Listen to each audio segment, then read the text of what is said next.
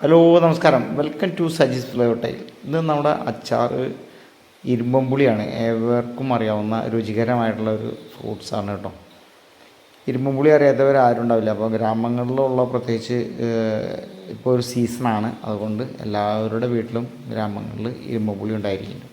അതിൽ ചെറിയ പുളി മാത്രം നമ്മൾ തിരഞ്ഞെടുക്കണം, വലിയ പുളി പരമാവധി ഒഴിവാക്കുക. അപ്പോൾ പുളി അല്പം കുറവായിരിക്കും, അതുകൊണ്ട് ഒരേപോലത്തെ പുളി നമ്മൾ തിരഞ്ഞെടുക്കുക. 3-4 ദിവസം കൊണ്ട് ഇത് വലിയ പുളിയായി തീരും കേട്ടോ. നമ്മൾ ചെറിയ പുളികൾ മാത്രം തിരഞ്ഞെടുക്കുക. അപ്പോൾ തീർച്ചയായും നിങ്ങളെല്ലാവരും ഉണ്ടാക്കി നോക്കണം. നല്ലൊരു റെസിപ്പിയാണ്.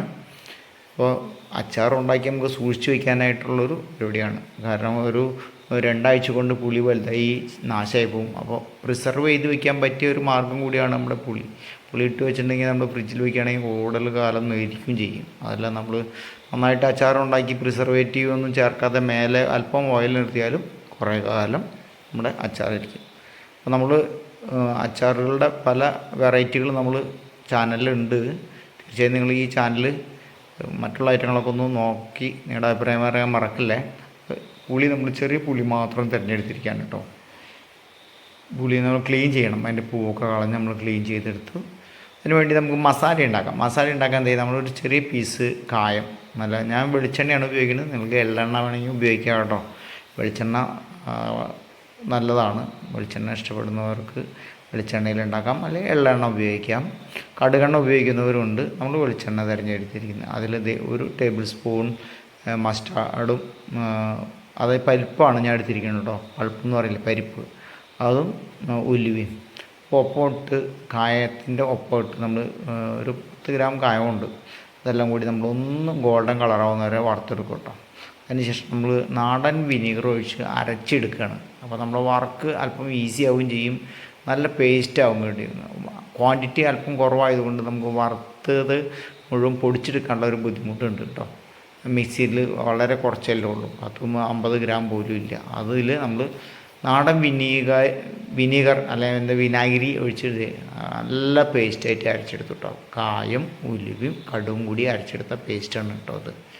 ഇനി നമ്മൾ ഒരു 3 ടേബിൾ സ്പൂൺ വരാവുന്ന രീതിയിൽ ഇഞ്ചി, പച്ചമുളക്, വെളുത്തുള്ളി, വേപ്പില ഇതെല്ലാം നമ്മൾ റെഡിയാക്കിയിട്ടുണ്ട് കേട്ടോ. നന്നായിട്ട് ചോപ്പ് ചെയ്തിരിക്കുക. നിങ്ങൾ മെഷീനിൽ ചോപ്പ് ചെയ്യണമെങ്കിൽ ചെയ്യാം, അല്ലെങ്കിൽ കൈ കൊണ്ട് അതിൽ ചെറിയ പീസായിട്ട് കട്ട് ചെയ്തെടുത്തു.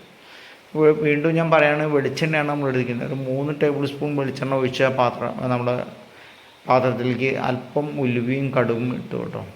അതിന് ശേഷം അല്പം മതി, ഒരു 1/2 ടീസ്പൂൺ മതി. അതിൽ ഇഞ്ചിയും വെളുത്തുള്ളിയൊക്കെ ഒരുമിച്ചിട്ടാലും കുഴപ്പമില്ല കേട്ടോ. നമ്മുടെ വെളുത്തുള്ളി എല്ലാം ഒരു ചെറിയ കളറൊന്ന് മാറ്റം വരുമ്പോൾ നമ്മൾ ഒരു 6 ടേബിൾ സ്പൂൺ നിങ്ങൾക്ക് എരിവ് കൂടുതൽ വേണമെങ്കിൽ ഉപയോഗിക്കാം. മുളക് പൊടി, അല്പം മഞ്ഞൾപ്പൊടി, 1/2 സ്പൂൺ മതി മഞ്ഞൾപ്പൊടി, അല്പം പെപ്പർ, അത് നമ്മുടെ കുരുമുളക് പൊടി, ഇതെല്ലാം കൂടി ഇട്ടിട്ട് നമ്മളൊന്ന് നന്നായിട്ട് ഇളക്കണം. അതിൽ കല്ലുപ്പ് ഞാൻ കൂടെ ചേർത്തണം കേട്ടോ. ഒന്ന് വഴറ്റിയതിന് ശേഷം നമ്മൾ അരച്ച് വെച്ചിരിക്കുന്ന കായം ചേർത്ത പേസ്റ്റ് ഉണ്ടല്ലോ, അത് നമ്മുടെ പാകമായി വരുന്ന ചില്ലി പൗഡർ പേസ്റ്റിലേക്ക് ഇട്ടു ഒന്നുകൂടി ഇളക്കുക കേട്ടോ. നമ്മൾ പിന്നെ വിനീഗറാണ് ഒഴിക്കേണ്ടത്. വിനീഗർ നമ്മൾ നോക്കി ഒഴിക്കണം. വിനീഗർ അല്പം ഉണ്ടെങ്കിൽ നമ്മൾ അരച്ച പാത്രം കഴുകി വിനീഗർ കൊണ്ട് തന്നെ കഴുകി അതിലേക്ക് ഒഴിക്കണം കേട്ടോ. വിനീഗർ കൂടാതെ സൂക്ഷിക്കണം, കാരണം നമ്മൾ അച്ചാറിടുന്നതിൽ നല്ല പുളി ഉണ്ട്. ആ പുളിയും നമ്മൾ ഒഴിക്കുന്ന വിനീഗറും കൂടി കഴിഞ്ഞിട്ടുണ്ടെങ്കിൽ നമുക്ക് കഴിക്കാൻ പറ്റില്ല കേട്ടോ. 1 സ്പൂൺ പഞ്ചസാര ചേർക്കാൻ മറക്കണ്ട കേട്ടോ. ചിലർ ജാഗറി അല്ലെങ്കിൽ നമ്മുടെ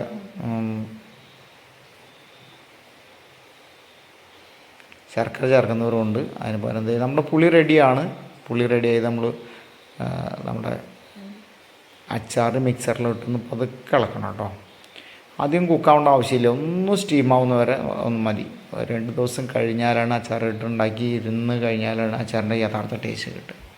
അപ്പോൾ സിമ്പിൾ റെസിപ്പിയാണ്, നല്ല അട്രാക്റ്റീവ് റെസിപ്പിയാണ്. തീർച്ചയായും നിങ്ങളെല്ലാവരും ഒന്ന് ഉണ്ടാക്കി നോക്കി നിങ്ങളുടെ അഭിപ്രായം പറയാൻ മറക്കല്ലേ.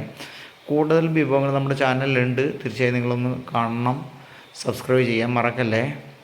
Thank you to everybody. Enjoy the life. Saji's flavour tile. Okay, bye. വീണ്ടും ഒരു ഐറ്റമായിട്ട് നമ്മൾക്ക് വീണ്ടും കണ്ടുമുട്ടുന്നവരെ നന്ദി, നമസ്കാരം.